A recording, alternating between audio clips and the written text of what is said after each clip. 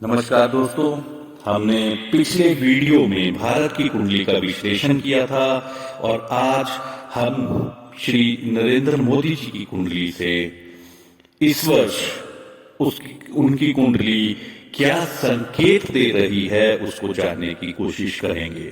तो जो कुंडली आपके समक्ष स्क्रीन पर है उसमें आप देख रहे हैं कि जो शनिदेव की स्थिति है इस वर्ष वो तीसरे घर का स्वामी 10वें में है। तीसरा घर कॉन्फिडेंस का होता है और 10वां घर आपके कामकाज का होता है।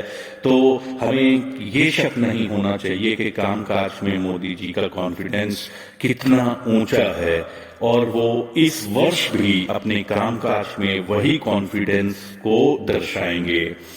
आप देख रहे हैं कि जो शनिदेव है वो शुक्रदेव के साथ 10वें घर में विराजमान है, जो कि 12वें घर और 7वें घर का स्वामी भी है। अगर आप देखें इस वक्त जो शनिदेव है वो 12वें घर में गोचर कर रहे हैं, 12वें यानी कि मीन राशि में गोचर कर रहे हैं, वहां से तीसरी दृष्टि 7वें घर में डाल रहे हैं और गोचर के देव गुरु बृहस्पति भी जो ऋषभ राशि में है तो वो 7वें घर को एक्टिव कर रहे हैं। मेदिनी ज्योतिष में 7वां घर जंग का भी होता है। तो आप देख रहे हैं मोदी जी की कुंडली में लगन का जो मंगल है वो भी 7वें घर में दृष्टि डाल रहा है और पहले घर में लगन में आप चंद्रमा भी देख रहे हैं, जिसका अर्थ है आपका मस्तिष्क। तो पहलगाम के इंसिडेंट के बाद सारा देश गुस्से में है, हमारे प्रधानमंत्री गुस्से में हैं, तो एक्शन होना तो लाजमी है, तो एक्शन तो होगा ही।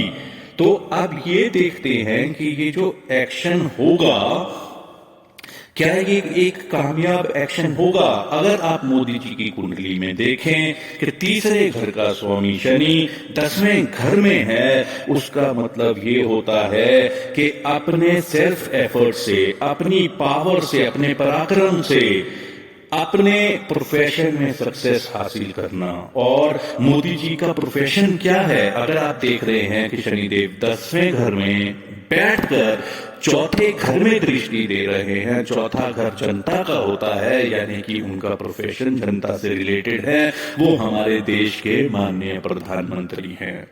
अब आप देख रहे हैं शनिदेव तीसरे घर का स्वामी होने के साथ साथ चौथे घर के स्वामी भी है। चौथा घर डेमोक्रेसी का होता है और 10वां घर जो होता है वो राज्य का होता है, यानी किंगडम का होता है। और हमारे आरएसएस चीफ श्री मोहन भागवत ने सही कहा है कि जो राजा है वो प्रजा को बचाने के लिए कदम अवश्य उठाएगा। और उनका ये स्टेटमेंट बिल्कुल भी हवा में दिया हुआ स्टेटमेंट नहीं है, उन्होंने बिल्कुल सही कहा है। मोदी जी हमारे राजा हैं और वो जनता को बचाने के लिए कदम अवश्य उठाएंगे। और ऐसा व्यक्ति जिसका तीसरे घर का स्वामी 10वें में होता है, दोस्तों मैं आपको बताता चलूं कि ऐसा आदमी सन्यासी प्रवृत्ति का होता है, उसका दिमाग सिर्फ जनता और जनता की सेवा की ओर ही पूर्ण समर्पित रहता है। तो आपको शक शुबा नहीं होना चाहिए मोदी जी की सन्यासी प्रवृत्ति के ऊपर। वे जनता के हित में ही कार्य करते हैं और उन्होंने जनता के हित में ही कार्य किया है। अब दूसरा, अगर इस वक्त हम देखें जो शनि और राहु का गोचर जो है वो मीन राशि में से हो रहा है, तो मीन राशि में से शनि और राहु का गोचर होने से मतलब ये है कि जो पॉलिटिकल सक्सेस है वो मोदी जी के कदम चूमेगी, पॉलिटिकली उन्हें सक्सेस मिलेगा। तो आप ये देखें 7वीं दृष्टि जो गोचर के शनि की है वो 11वें घर में पड़ रही है और पांचवी दृष्टि जो ऋषभ राशि से देवगुरु बृहस्पति गोचर कर रहा है, उसकी भी दृष्टि 11वें घर में पड़ रही है। तो अगर एक्शन होता है तो सक्सेस मिलना लाजमी है, और ये मोदी जी की जिंदगी का, प्रोफेशनल लाइफ का हाईएस्ट सक्सेस होगा, सबसे बड़ा सक्सेस होगा। और जनता के लिए भी ये, जो जनता भारत की प्रधानमंत्री श्री मोदी से नजरें टकटकी लगाई बैठी है, उनके लिए भी ये बहुत बड़ा काम होगा।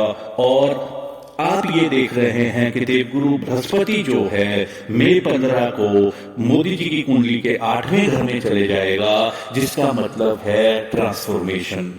तो जैसे कि शनि और राहु की युति होती है, उस वक्त आदमी के दिमाग में किसी गुरु का अच्छा चेला बनने का ख्याल भी मन में आ सकता है। और दूसरा, हम मोदी जी से ये भी कहना चाहेंगे कि शनि और राहु की युति होती है, जैसे फोटोग्राफर अंधेरे में फोटो डेवलप करता है, उसी तरह जो भी सर्जिकल स्ट्राइक करें, जो भी हमला करें, वो रात के समय ही होना चाहिए, तो ज्यादा लाभ प्राप्त होगा। बाकी तो मोदी जी को ज्यादा जानकारी है, वो अच्छी तरह भली भांति जानते होंगे, उनके पास बहुत अच्छे अच्छे एडवाइजर होंगे। लेकिन हमारा कहना ये है, कुंडली को देखते हुए जो सर्जिकल स्ट्राइक की प्रिसीजन होगी, जो ज्यादा सक्सेस मिलेगा, वो रात के समय ही मिलना चाहिए। तो मोदी जी को एक और हम अलर्ट करना चाहेंगे कि अपने कामकाज की ओर से अलर्ट रहे, क्योंकि विपक्ष अपनी गंदी चालबाजियों से बाज नहीं आएगा। और मई 15 के बाद जब राहु जो कुंभ राशि में चला जाएगा, तो मोदी जी को अपने मित्रों और अपने सबॉर्डिनेट से भी खासकर सचेत रहने की आवश्यकता है। तो अपनी नजरें खुली रखें और थोड़ा अलर्ट होके अपने कामकाज में चलें, ये हमारी मोदी जी से हाथ जोड़ के विनती है। और दूसरा ये है कि जब राहु 15 मई के बाद कुंभ राशि में चला जाएगा, तो जनता उन्हें अपना गॉडफादर मानने लग जाएगी, क्योंकि वो जनता की उम्मीदों पे शायद पहले ही खरा उतर चुके होंगे। तो जनता के लिए वो गॉडफादर के समान हैं, और वो और भी बड़े गॉडफादर के रूप में जनता के लिए उभरेंगे।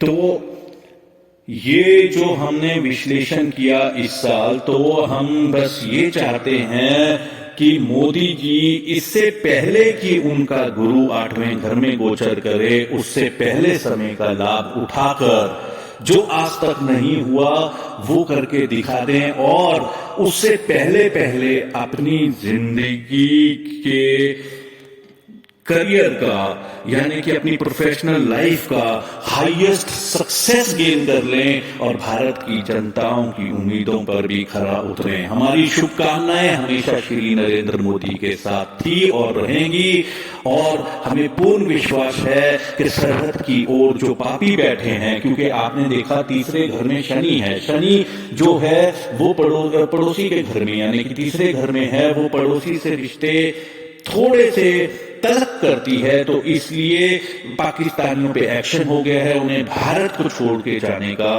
हुक्म जारी हो गया है। इंडस वाटर ट्रीटी खत्म हो चुकी है, और अब जो न्याय के देवता इस वर्ष मोदी जी की कुंडली में शनि देव पूरे एक्टिव हुए हैं, वो न्याय करके ही रहेंगे। और हमें पूर्ण विश्वास है कि मोदी जी सरहद पार बैठे पापियों को उनके अंजाम तक पहुंचाएंगे, तथा उन्हें एक सबक जरूर सिखाएंगे।